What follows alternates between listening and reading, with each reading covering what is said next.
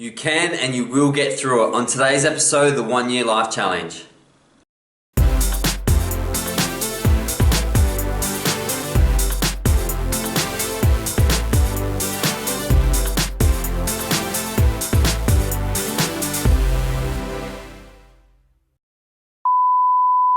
Hello everyone, today we're going to talk about 6 ways you can get through any challenge. So often in our life we build things up to be incredibly difficult only to realise later that we're perfectly equipped to deal with it. But we live through so much anxiety and pain on the way to thinking about the situation. So as always, I'm going to begin with a quote on the subject, and that quote is: "Scorn poverty.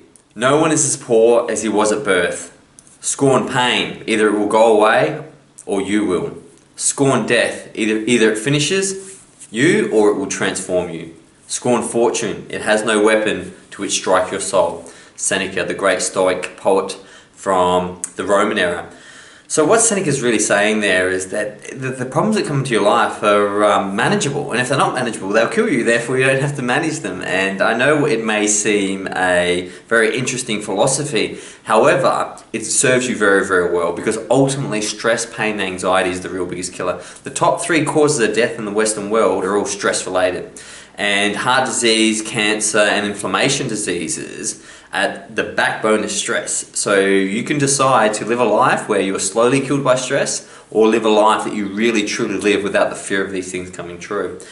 We all go through difficult stages in our life, and knowing that we can get through quite often is all we need. When you know you can get through something, you just show up. And when you show up and you're present, you notice that you can handle everything. But it's all about showing up. So how do we do that? Well, the first way we do that is simply understanding this statement: we can get through it even if we think we can't. How many times have you told yourself, I could never do this, I'll never be able to swim that extra lap of the pool, I'll never be able to sit through this interview, I'll never be able to deal with this in-law, only to realise that you did it very, very simply when it actually happened.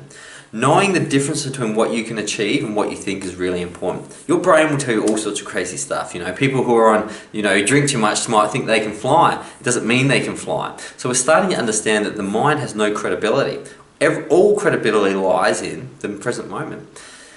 You need to really appreciate that the thinking that you can't do it is the biggest problem. Number 2, without any warning, things can change. You must change.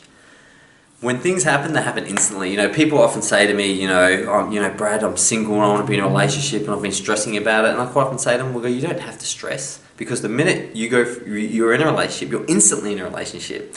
And things change, whether you like it or not. There's people who, were in a relationship for 10, 15 years, then find themselves singles. Things change. And your current predicament will not be your predicament for eternity. I'm sure when you were a kid and you were learning how to walk, I'm sure it went through your mind that you might never be able to walk. You're like, what if I can't walk? Well, things change. Your legs get stronger, you become better, and it just gets done. It's the thinking that really is the problem. Number 3, embrace, surrender, and acceptance. Being strong enough to realise there's some things in life you can't change, and being strong enough to understand that your perspective is very limited, allows you to be very free. All faith, psychology and positive teachings talks about letting go, just understanding that the current situation is what it is, and thinking it was different would not help. When you change your expectations for appreciations, you immediately find happiness. Embracing and allowing this situation to unfold reveals the lesson. You can imagine if you were in a classroom and you're being taught a lesson, but you sort of kept thinking about a movie and go, I don't want to be here in this lesson, I just want to think about something else, I want to have a drink, I want to really distract myself. At the end of the lesson, you'll have to do it again, because you wouldn't have learned anything. And life is the same. Life is teaching us so many lessons, but because we're not present and we're always shutting off and watching TV and trying to think of other things and eating the wrong foods and trying to distract ourselves, the lessons just keep coming and coming and coming. Number 4, this is a great one. Your best at each moment has to be good enough. It just has to. It's what you gave in the moment, and that's it. You can't rewind and get another go. It has to be your best. And this is a great way to understand the world, because as you appreciate that your best is enough, you actually start giving your best a bit more. So many times, and so many people in my life could achieve so much more, grow so much more as people, but they're continually not giving their best in the moment because they're sabotaging themselves, because what if they fail? You can't fail. Failure is simply a mental construct. You can deliver your best in this moment, and that's all you ever need to do. If anyone asks more of that than you, then you don't have to give it, because ultimately that's as good as you can give. 5. It's okay not to be okay.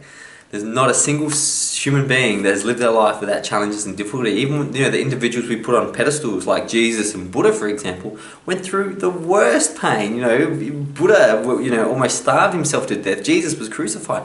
Yeah, it's okay not to be okay. It's going to happen. And the strength and the resilience of the character is how they haven't been okay. I mean, think of someone who's highly regarded in life. Like, Oprah Winfrey is a very big celebrity at the moment. Look at her early life. She went through she was not okay in her early life. She was raped, she was, abused. She was not okay. And it's okay not to be okay, because look at the woman she became. And finally, number 6, your agency is important. I know you might think that you're, trudging through a job you don't like. I know you think that you're dealing in relationships that are just boring to you, or you're not getting anywhere. What you're doing is important to developing the fabric of the universe. I'm sure the sun might think from time to time, going, really, what am I doing here? What's going on? Well, it's providing light to the entire solar system. The earth from time to time might think, what am I doing? Well, it's providing a gravitational pull for the moon. And the moon from time to time might go, this is so boring, it's orbiting around the earth, not realizing that the tides it creates on earth contributes to the life on earth. We all have a role to play. No matter how minuscule we think it is, it's so important. There's hundreds of trillion of bacteria who live on your body and can only live on your body while you're alive. Think about how they feel. You are important, and your agency is important. No matter what you think in the thinking mind, it's very important. You will get through it, and you can get through it. These 6 ways are incredibly helpful. It's something to think about, and I can't wait to see you till tomorrow. Until then, goodbye.